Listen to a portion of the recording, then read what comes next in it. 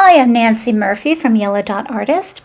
Today I'm going to be showing you how to use AI as your copywriter. So whether you need content, you need descriptions about anything, you just ask it, you give it a prompt, tell it what you need, and it gives you results.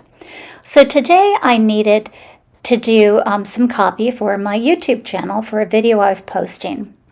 So I needed a title, I also needed a description, and I needed some SEO search terms.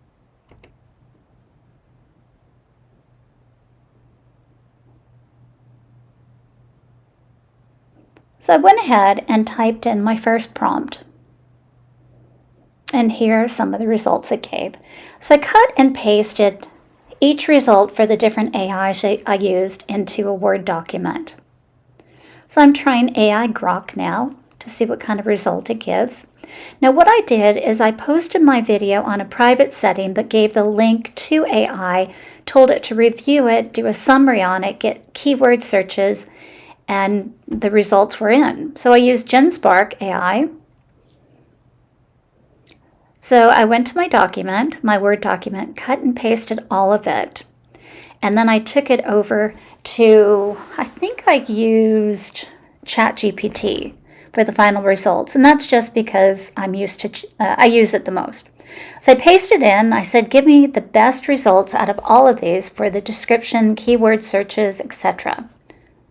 I took that and I pasted it back into my description box. But you have to make sure to go through every single word that AI gives you because it's not always correct. So right there, I had to pay a monthly fee to try out AI. And I thought, I'll give it a shot. I'm willing to sacrifice the money and then cancel if I'm not happy. So I made the correction. Then I went down and I cut out the parts I didn't need. So anyway, you can see what an invaluable time-saving tool AI can be.